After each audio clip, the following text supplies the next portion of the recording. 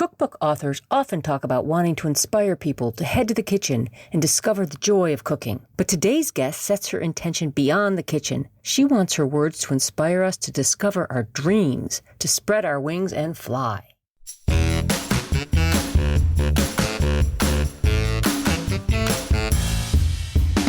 Welcome to Everything Cookbooks, the podcast for writers, readers, and cooks. This is Molly Stevens, and I'm here with Kate Leahy.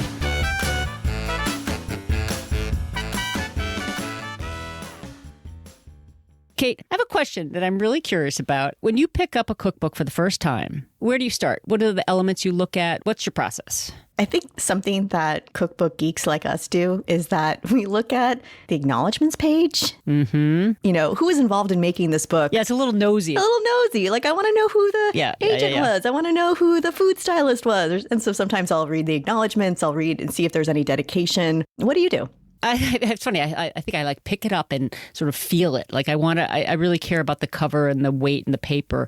But I'm with you. I think it is a cookbook geeky thing to look at the acknowledgments and it's like, oh, do I know anybody who worked on the book? Right. And you also learn about the process. But I also think dedications, and not every book has a dedication. But I will often flip to like the title page and the cover page and the credits, and that's often where the dedication will be. Speaking of dedications, can we talk about the one that our guest, Toya Boudy, wrote in her new book, Cooking for the Culture? This dedication stopped me in my tracks. I don't think I've read a dedication like this in front of a cookbook, maybe ever. And we'll read a little excerpt from it because it really shows the generosity of this new book and just how the author really wants to connect with the readers on a different level. It's not just giving you ideas for quick weeknight meals. Not that there's anything wrong with that, but this book really wants you to sort of take hold of your life and like live it to the fullest, really. Right. You think about, you write a book. Well, of course, you're writing it for your readers to some extent, but dedication is often like, for my mother or for, which is something I've done. But Toya starts to her husband and business partner. But then the next part here, I'm just going to read just a part of it. To my readers, I created this to be a peek over the fence into my life and journey up till now. I want this to ignite many fires inside of you. I want to be so transparent that it makes you crave to look deeper into yourself. I want my execution and creativity to knock the dust off a dream waiting. I want my words to stick with you, bubbling up when you need them most. Wow, that is so powerful, so direct, and also just so generous. Ambitious too. I mean, that's a lot to want your book to do. Well, anyways, so talk about igniting a fire. We read that and we immediately were like, we've got to have Toya on the podcast, especially because her book is just coming out. And we were really stoked. She said yes. Toya Boudy is a chef, a writer, a poet, an artist, a creative, a YouTube star, a culinary ambassador. She's been on food TV. She's a motivational speaker. I mean, the list goes on. And we just can't wait to talk to her about her new book that's just coming out in February. Toya, welcome to Everything Cookbooks. It is such a joy to meet you, and we're just thrilled to have you on the show today. Congratulations on your new book. Thank you so much. Thank you. It's so beautiful. I want to jump right in. So in the introduction, I think it's to your Sweets and Sips. It's your last chapter. Mm-hmm. You describe this new book as a journey through food and life lessons. Mm-hmm. And it really is. It's almost like a memoir with recipes in it. Yeah. Was that the intention? Yes, that was the intention. I love, even when I normally explain, if someone says, how did you get this? I'm the type of person that I paint pictures with words because I'm a natural wordsmith. So I like to give people the full scope, because when you don't give people the full scope, I've found on this journey that I am particularly the type of person that people don't pay attention to how I got here. They just look at where I'm at and they think, oh my God. And I'm like, no, this was a very sticky and ugly journey.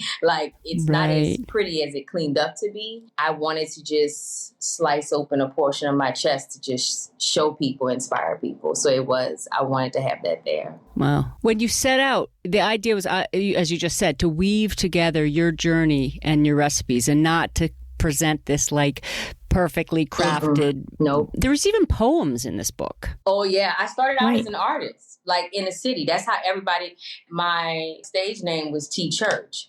And people still refer to me as Church. People knew me as an artist, as a painter, as a poet. And that's how I really created a heavy buzz for myself in the world of arts in New Orleans. And no one knew I was in culinary school, you know? So I'm showing up to all these places. So like years later, when I announced myself as being a chef and showed that I graduated, a whole bunch of stuff, people are like, what the hell? Where did this even come from? But, you know, it's in there because everything about me, all of those lanes, like my mother is more traditional. I didn't grow up in a conservative environment, but there's a lot of traditions and old school vibes. And my mother, one year, she told me, she said, now it all makes sense. Because at first it looked like I was just a flighty artist, you know, like I'm doing poems and now I'm acting, I'm doing this and doing that. And it's like, now she sees that all of those things kind of just came together. And that's what you see right now. So like, even in me just naturally speaking, things that I say come off poetic without even trying, and my life just happened poetically. It's unreal, even down to my professor having a very identical birthday timeline as my mother, you know, or the girl who made me sign up for culinary school. She's exactly the same zodiac sign as my oldest sister, who pushes me to do everything else spiritually.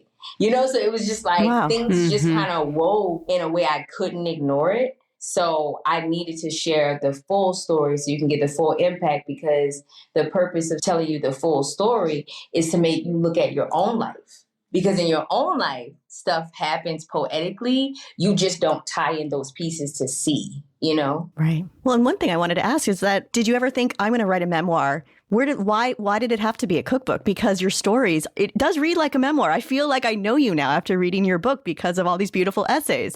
Why were recipes important? Well, you know, my first cooking job in the city where I was cooking for tourists, this very well-known chef now, Chef Kevin Belton, I sat in his class. After the interview, they said, okay, before you accept the job, I want you to come see this class. So, you know, and I sat in the class and the manager introduced me and I said, hey, and I was kind of, you know, I guess a little timid, which is rare for me. He looked at me and he said, food is a vehicle for you. This is just a car. And when he said that, I was like, whoa, chills. Because before that, my last semester of culinary school, I cried coming home because I was afraid I was going to be stuck in the kitchen. And I knew my gift was for the people. So after that happened, I began to respect the path more than try to control the path. I realized that a lot of my healing comes through food. I started seeing the response to people, how they react to me.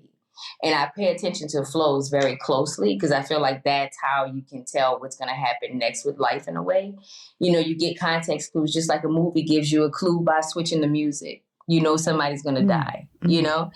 So the music was switching and I was paying attention and I was like, this is going to be the vehicle, just how he said. Somehow life is going to figure out how to put me in the right position to it. And when I didn't want to do another cookbook, I did the first one because I just got released from Food Network Star and I was home. And after I came out my little internal slump that comes from being judged in a very entertaining way, you know, and picked apart in an entertaining way. You're talking about being on the Food Network. Yeah. That experience. Yeah. The next Food Network Star. That was a lot. I just came out the room and I told my husband, I said, Chris, I want to do a cookbook. And he was like, oh, okay, we'll start planning it. I said, no, I want to do it before the show releases. And he thought about it and he said, that's 3 months. Okay, that's what I want to do. So that was Cooking Like a New Orleanian, 2017, your first book. Yeah. And it doesn't have a lot of bells and whistles. It feels exactly how my YouTube channel feels.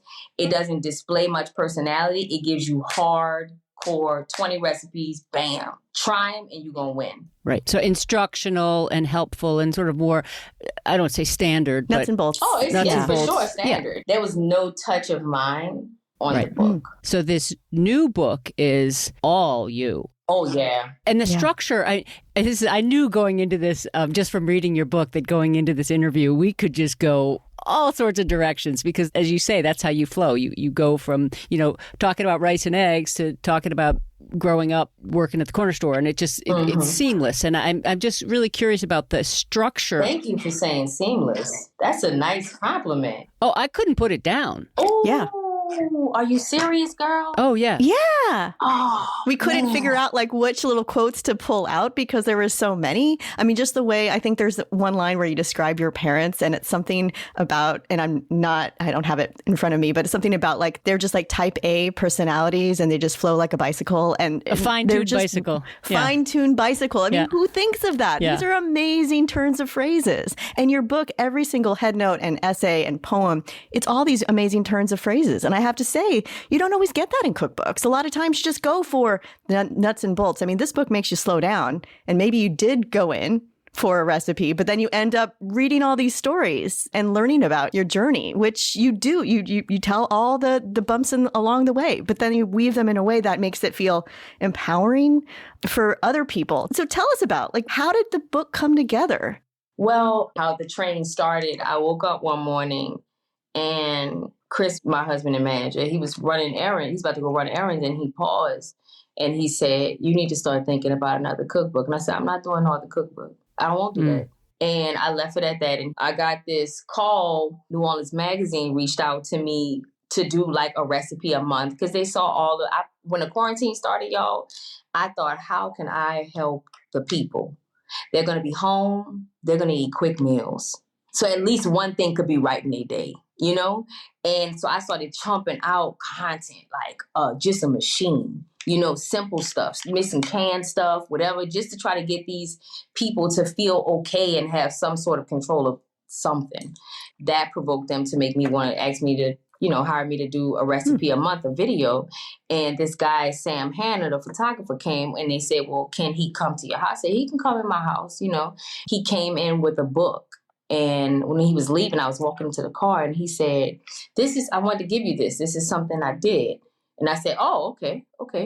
This is nice. This is beautiful. I'm looking through it. And then he paused, and that's when he threw his gauntlet down. He said, you could do something like this. And I said, I don't know if I want to do a cookbook, Sam, but if I do, I like the way you do stuff. So you be the person I pick.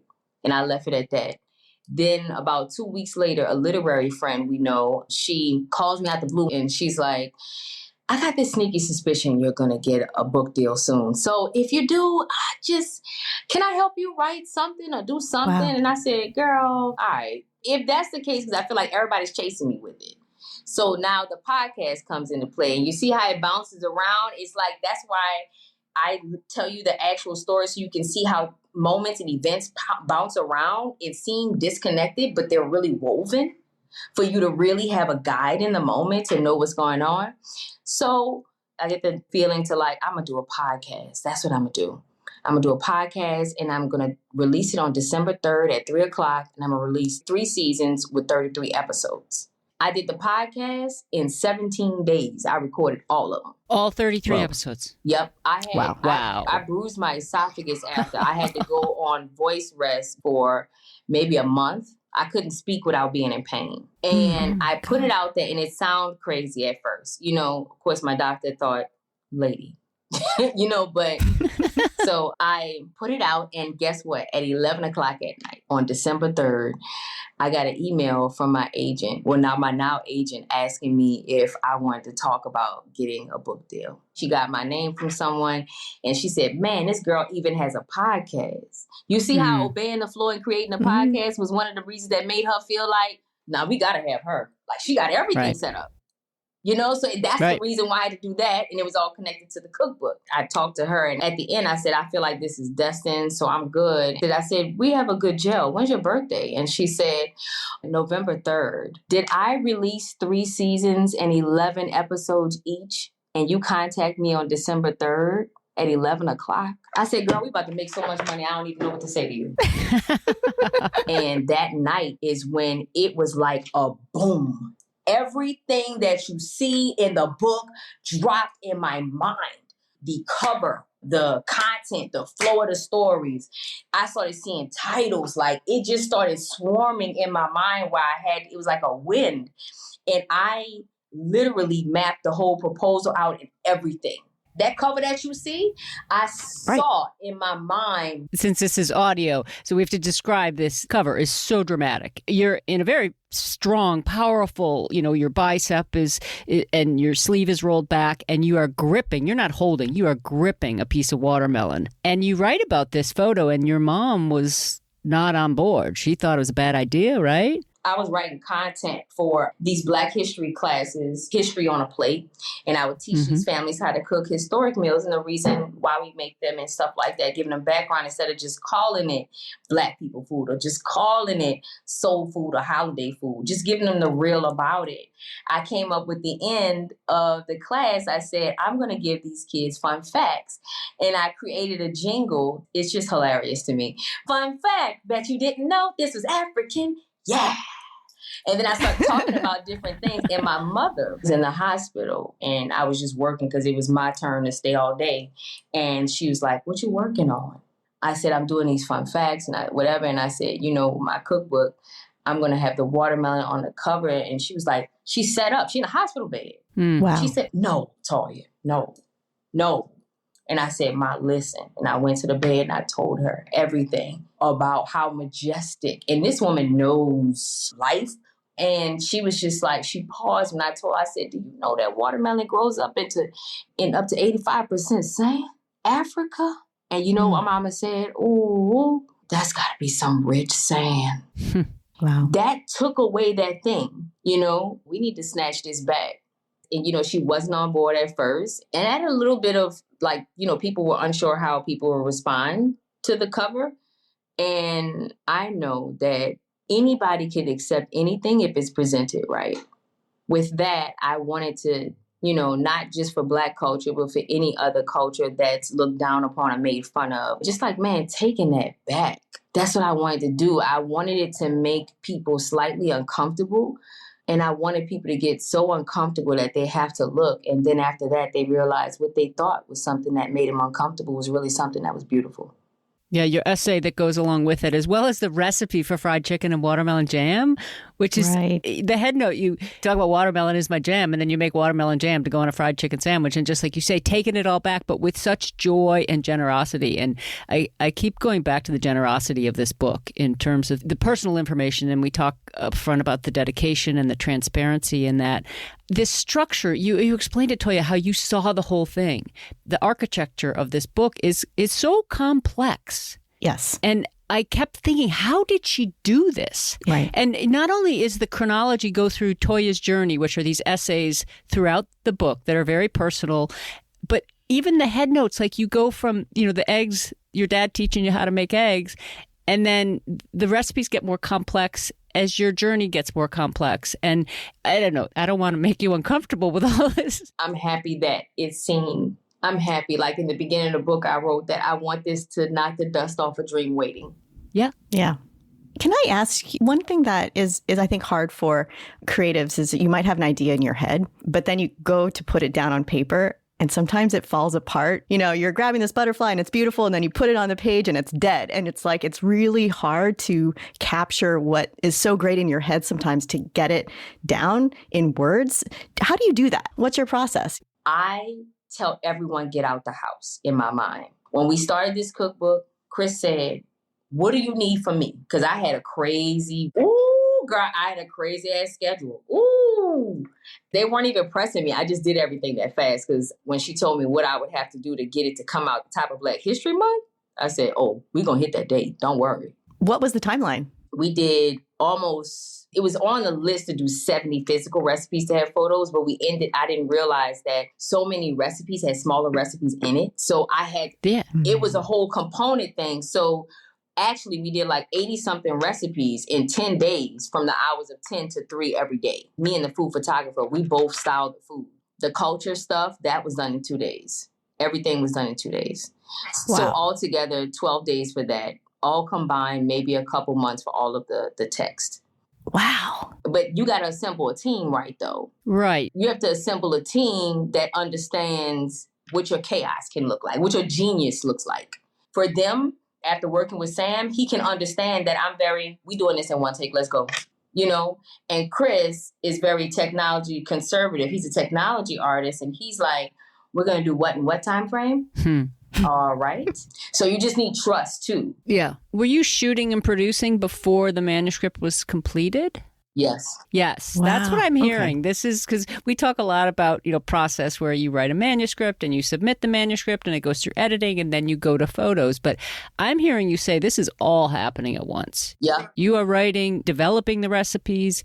So from when you said yes to Anne, when did you turn it in? How long was that process? Well, the contract took forever. That time frame, right. It did take a long time. Yeah. You know, that took forever. But once, I'm telling you, once the money hit the account, I hit the ground running. And Chris was like, okay, so what do you need from me for this to start?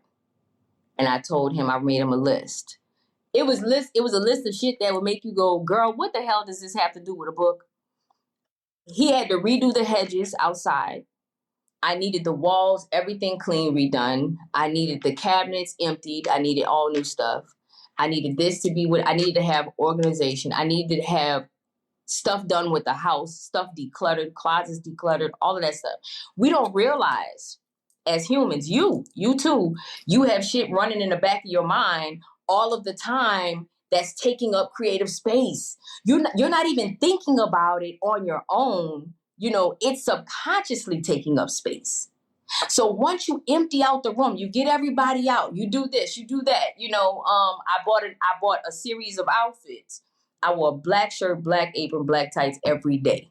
I start getting space out my mind. I clear that space. I don't deal with bullshit TV shows. I don't do nothing. I don't let nothing pour into me that's not gonna or create a moment that's gonna peak or be a catalyst for another idea. I don't soak up anything. I don't have crazy conversations. I for damn sure don't listen to the news. I empty all of that stuff out so I can just flow.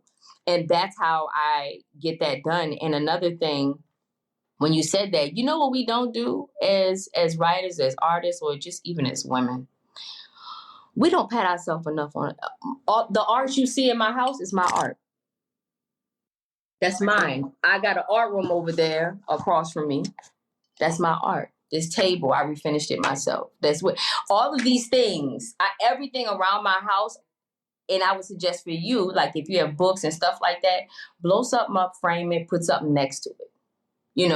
Whatever like that, like those things, because I did a video recently on Instagram where I said, as a creative, I love seeing my own work because it reminds me that thing existed in my mind at one point. So that means everything else that I want is in that same room. So I need to remember and breadcrumb myself back to that room so I can know the path. And now I've done that so much that now, how there's a shortcut in the field, the grass is gone. That's what people walk through. That's what I've done to my mind. We all can do that.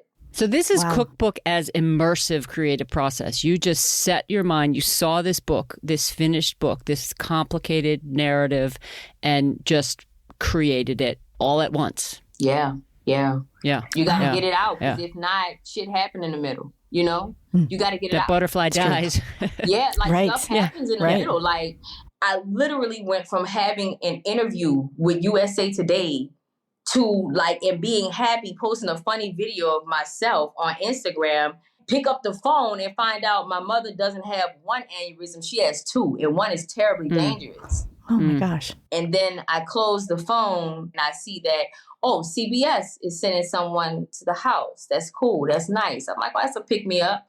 Close my phone. I get a calendar alert saying I got to go to the hospital with my sister tomorrow. I'm the one taking her to the hospital. I forgot. That's why it dies. You got to do it and just get it out. I heighten those senses by consolidating that energy. And that's how it comes through. And it's like, once you do it one time and you realize I really can do this. Yeah, it's like you're transferring the stress into energy. You're taking it from a negative and turning it into a positive force. Yeah. Right. It takes experience to recognize it in yourself, right? Like first you're like, I have to stop being scared. It's like, no, the fear can feed you. It's like a shake. I'm going to keep going back to your book because I could talk to you all day, but you talk about fear in the book. And I think one of the things that you do that's so, I used the word generosity before, but like I'm thinking about the essays on the roux, making a roux. Girl, when I wrote that, I thought, oh yeah, girl, that's it. I mean, so you just sat down and wrote that from all your, and you say there's the one thing that everyone leaves out, and that's the fear. Yeah. And this is you talking about recipes about roux. Fear should be the first thing addressed because we've all heard stories about the burned roux and how it ruined the gumbo gravy and even the cook's reputation. And so you address fear right on. Right. But you're also, as much as you're telling your own story, you're empowering your readers to embrace the fear. Yeah. If you have rice and eggs, you can feed yourself. Yes. These life lessons, like this was my journey, but it's not oppressive the way you put your journey on. You share your journey. And yet these recipes, a lot of them come from your memories growing up, right? I mean, your parents were incredibly resourceful cooks. Yeah. How did you recreate those recipes? A couple things. When it comes back to the okra, that's a science. That okra, if you deal with okra and you never thought culinary arts, you couldn't understand why they say culinary arts and science. Yeah.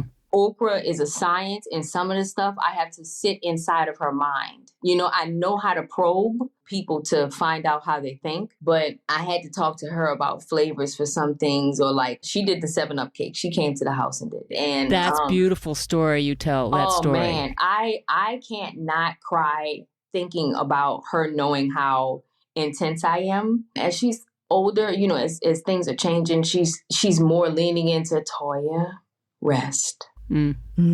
Toya, you don't have to do that. Do you have to do that right now? Should you slow down? What are you doing? Did you take a break? Have you painted something? Have you, you know, like she's that person. And she was like, how can I help? And I said, well, she asked me what I was doing today. And I told her, I said, I'm doing the 7-Up cake or whatever like that. I'm doing that tomorrow, I mean. And she said, oh, I'm going to make it for you. And I said, Ma, I don't want you. She has rheumatoid arthritis. You know, she's in pain. She got in the kitchen and she made it. And it was perfect. I mean, every part, it was perfect, y'all. I'm going to read that head note. Right. Want to know what really wraps me around the pinky of the 7-Up cake? The crumbs.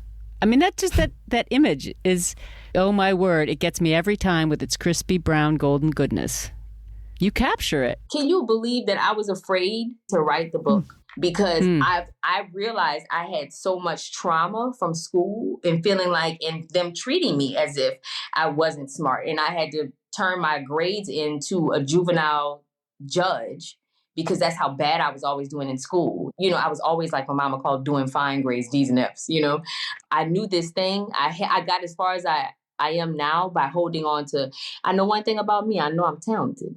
I know how to execute. And I'm good at that.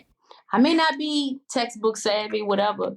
You know, in my mind, I felt that way. And this book really proved to me, like, no, like, girl, you're really that bitch. Like, I can't think of another way to say it. And, oh my God, from Countryman Press, this woman could come in town and I would feed her.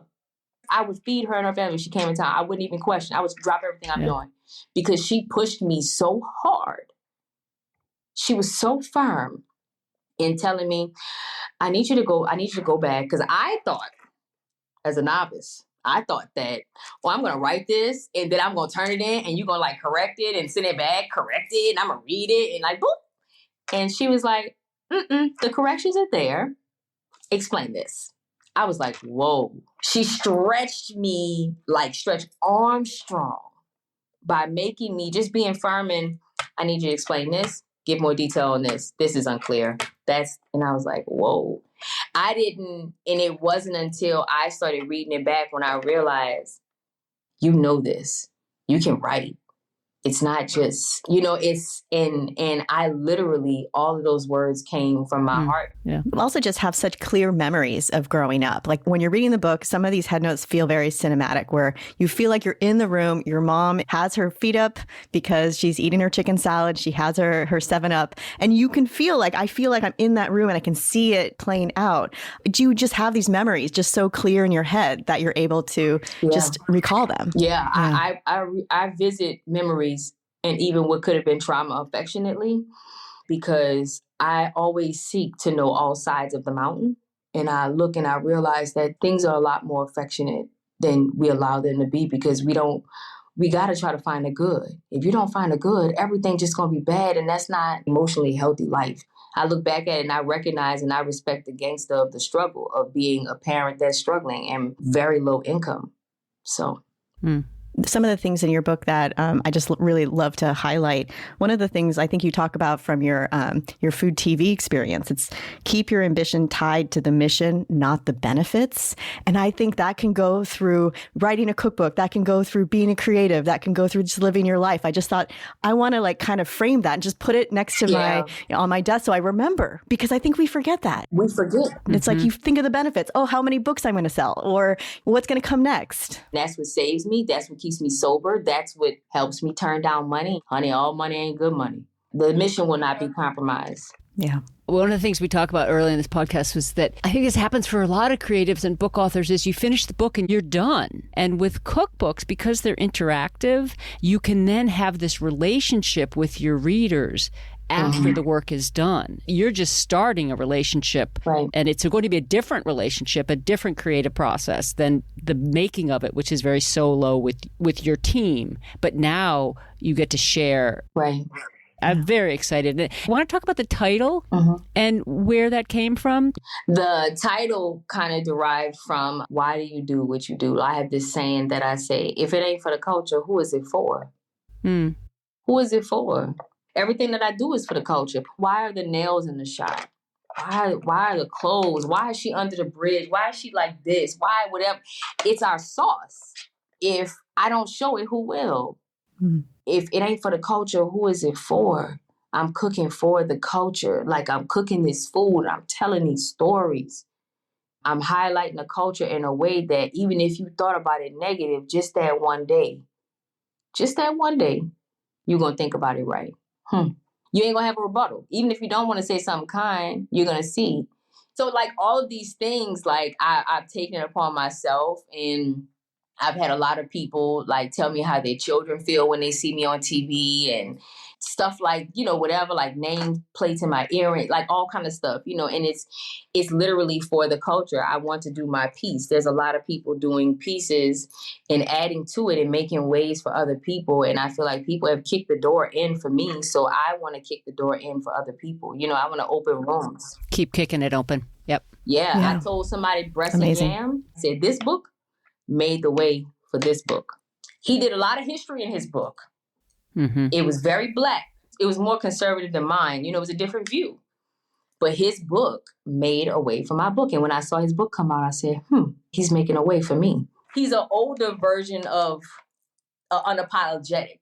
Each session they're able to be more, each session of Black people as we go down, as we get older and grow, are more unapologetic. Like me, I'm super unapologetic, but my children are going to be doozies. They're pistols already. We all are just kicking down doors. And I really, when I saw this book, I did think that. I thought, this is it. I'm sure Anne had something to do with it. We'll have to have Anne on the podcast sometime and talk to her a bit more. Sounds like she's doing some amazing work with her authors. Yeah, man. Yeah. Anne is cool as a fan. I like when I meet people who are different than me, but still let me be me. And they gave me a good bit of creative freedom, especially because I think Anne has discernment to know that she can trust me. She gave you the creative freedom. So this book is so authentic and original and truly you. She pushed you to go further. For those of us who have the joy and pleasure of reading this book, that partnership really made it as exceptional as it is. I know. It's just been so wonderful to talk to you, Toya. It's been wonderful talking to y'all. And just how inspiring. This will be a podcast episode I'll re-listen to anytime I'm feeling a little stuck creatively. I'll just go back. What did Toya tell us? We need a village in every area. We need a village creativity. We need a village in parenting, a village for sure in marriage. You need a village in just being yourself. People that can help and pour and be transparent. Transparency heals. If we can just realize that we're all, no matter how we were brought up, we're woven together in some way. It's about building those kind of bonds. We're all trying to represent our thread in the tapestry. My green highlights your purple or your yellow. So just keeping that in mind, and I don't deal with any ego issues. Being egoic does nothing but bring you closer to death. It's dangerous. you know, and whether it be death physically or just death emotionally in an area or your dreams, you know. So y'all have filled my cup. I'm a big words of affirmation person, and y'all have like literally toppled over my cup. And the ups and downs ain't no joke, but a moment like this, man, if I could say my gas tank was on E, and then having, you know, someone who that's why I couldn't wait to hear with someone who would know and feel the book, because you're putting it out for someone. No matter if your book is a different kind of cookbook and it's not like a memoir, somebody's still going to pick up your book and be inspired. And take it into their kitchen and feed their family. They're going to take your book in the kitchen and say, this person is having a bad day. I'm going to make this. That's why food is so important. It follows everything. We found out my daddy had cancer. I went to the store. I got cupcakes. I got bread. I got banana pudding. I got all kind of stuff. We just laughed at stuff. Nobody said nothing about the news. Go pick up some damn cupcakes. Show up. Laugh. Exactly. Yeah. Make some eggs and rice. Make some eggs and rice. Right. It's good. Yeah. I'm so excited for the book coming out and just wish you congratulations. All good things. We'll put all your YouTube, your podcasts in the show notes. Have fun with this release. Do y'all have any advice for that? Because I don't even understand how to enjoy that. Like, I just know how to work. I think what I would do is I'd go back to the words, like keep your ambition tied to the mission, and your mission's in your cover. So I think you're good. You know this better than anyone. Yeah. Pat yourself on the back. It's a true accomplishment. I'll work on that. Thank you for listening to Everything Cookbooks. If you have something to add to the conversation or a question, contact us through our website, everythingcookbooks.com. Any book mentioned on the show can be found on our affiliate page at bookshop.org. If you like the show, please leave a review on Apple Podcasts, Amazon Music, or wherever you listen. Thanks as always to our talented editor, Abby Circatella. Until next time, keep on writing, reading, and cooking.